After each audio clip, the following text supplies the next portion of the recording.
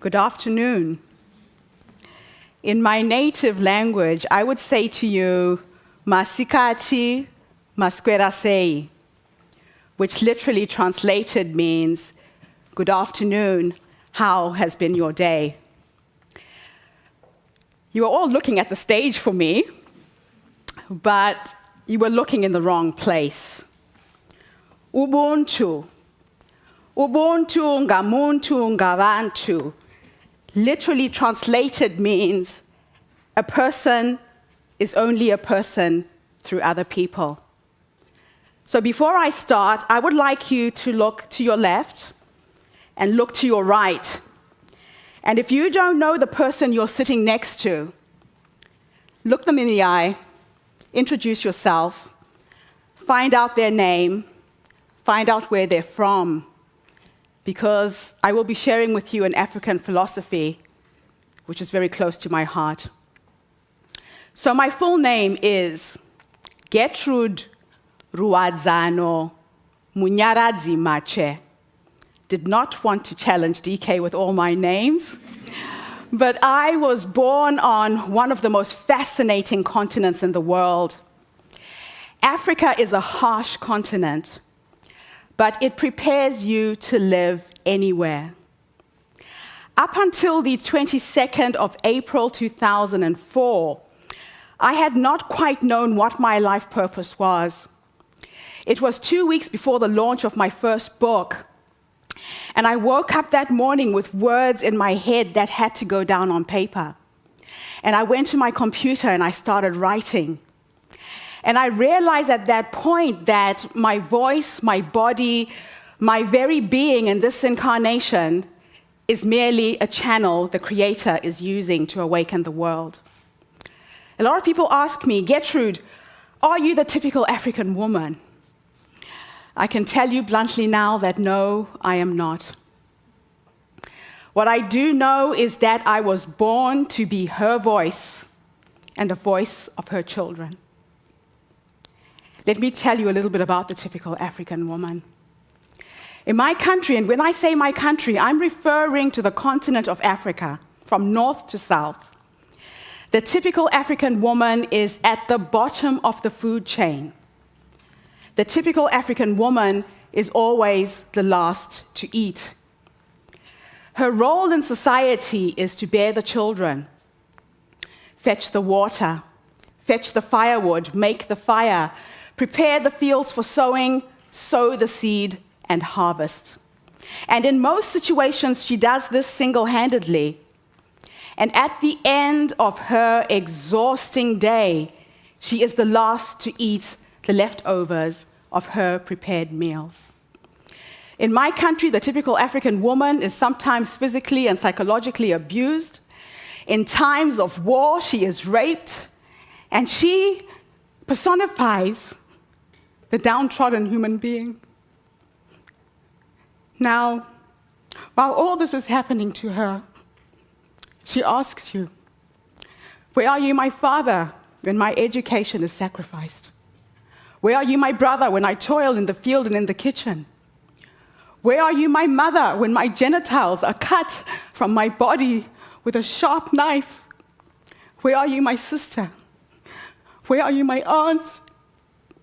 It is your hands, your strength that pins me down. In times of war, when I am gang raped, sometimes by 5, 6, 10 men, where are you, my father, when I am violated? Where are you, my God? Where are you, my fellow human beings? Why do you allow this to happen to me?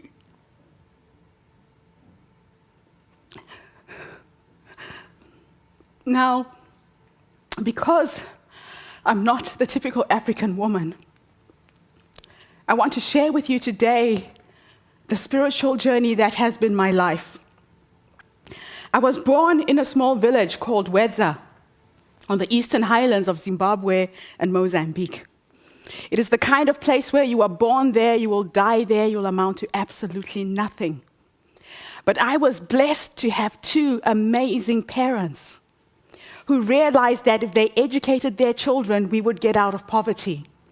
So from the age of 6, my mother taught me how to use my hands. I was taught how to knit, how to sew, how to crochet, how to fabric paint. And we would make crafts and go and sell in all the white neighborhoods. And from the age of 6, I went to private school. I got a good education. And that's how I got to New Zealand. So, you must be wondering how I got here. I keep telling people the wind blew me here. I had no intention to come to Wellington. But through a weird series of little coincidences, I missed a flight going to America just before September 11. I was sent back to Zimbabwe, ended up in Wellington because I had a cousin who was living in Karori, who says she was surfing on the internet one day, picked up my name, wrote me a one-line email saying, "Getrude, where are you? You need to leave Zimbabwe. Come to New Zealand, you won't regret it."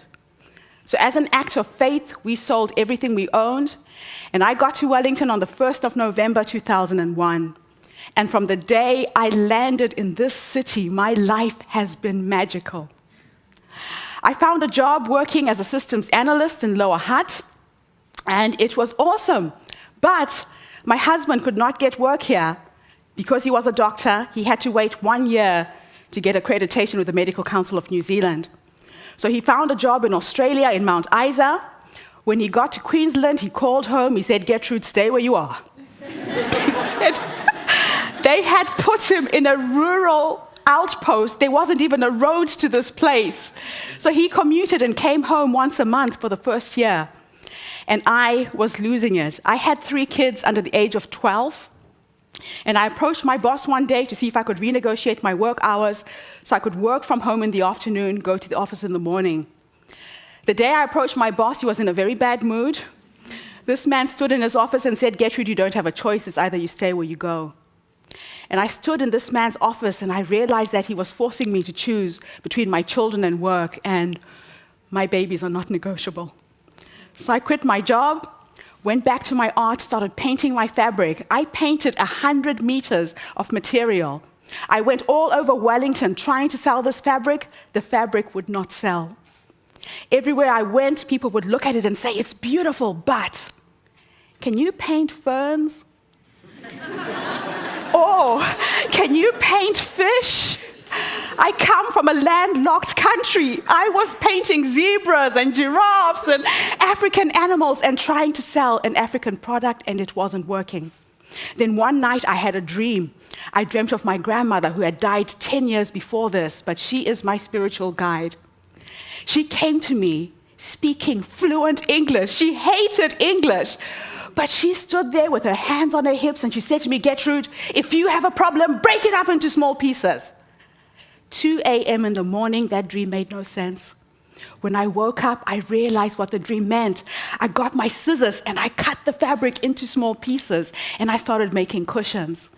I made 1,000 cushions and sold 1,000 cushions in 3 months using a website. My first business in New Zealand was a small shop that sold hand-painted cushions. It was absolutely magical. My kids could walk home from school and come to the shop in the afternoon. My next company was created because of my husband. When he was job hunting, I saw hundreds of vacancies for health professionals in New Zealand. So I wrote back to Africa to all our friends, told them where we were. 5 of my husband's friends said, "Yes, we'll come to New Zealand." I placed 5 doctors and have been in business since 2002. I had had so many opportunities by being in this city. I went to a presentation where Peter Jackson's staff were talking about how they made Lord of the Rings.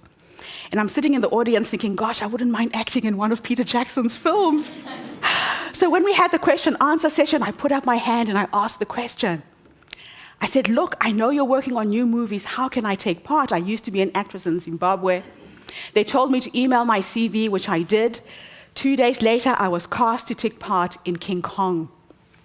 And when I went for my wardrobe fitting, I found out that they were looking for 350 African extras for one scene. And I thought, shoot, this is a business. And I said, "Look, if I come up with 350 people, I would like to present it to you as a business case." They said, "Sure, come on Tuesday." I met this man on a Thursday. I had one weekend to run around Wellington with a digital camera hitting on anyone brown. I stopped Indian people, Maori people. They had to spray paint us one color so we looked like we were one tribe. And I turned that into a business, and I have a casting agency that caters for ethnic minority people for film and advertising. The real reason why I'm here is because of this woman. Christmas 2004, Oprah went to South Africa. I was having Christmas lunch. My parents had come from Zimbabwe for the first time, and a girlfriend called me and said, "Getrude, switch on the TV, Oprah's in South Africa." And there she stood on a soccer field full of children. She had 50,000 AIDS orphans on that soccer field. And when she opened up her hands, she said, "This is the lost generation of Africa. These are kids who will never get to go to school. They've either lost one parent or both because of AIDS. Africa needs help." And that show took me back home. I remembered what I left behind. I sat with my mum and I said, "Let's do a head count of the orphaned children on our side of the family." We counted 49. I called my mother-in-law, did a head count on her side, another 40. And I said to my husband, "I have to find a way that we can make money that we can give away unconditionally." So I finished writing my first book and started raising money by selling this book. I started looking at the children's faces, and I started imagining that, what if the scientists will find the cure for AIDS is in one of these kids? What if I took part in helping raise the future Nelson Mandela for Africa? And that's what I've been doing for the last 9 years. The Mayor of Wellington launched my book in the Mayor's Chambers. The book is called Born on the Continent, Ubuntu. And what I did is I illustrated the Ubuntu philosophy through the stories and the people that I met. We sleepwalk through life most of the time. We meet people sitting next to us, we never find out who they are. In Africa, when you meet someone, you look them in the eye, you greet them, you acknowledge their humanity. You will never bump into another human being and not acknowledge their humanity and their presence. So that became my story. I am because you are.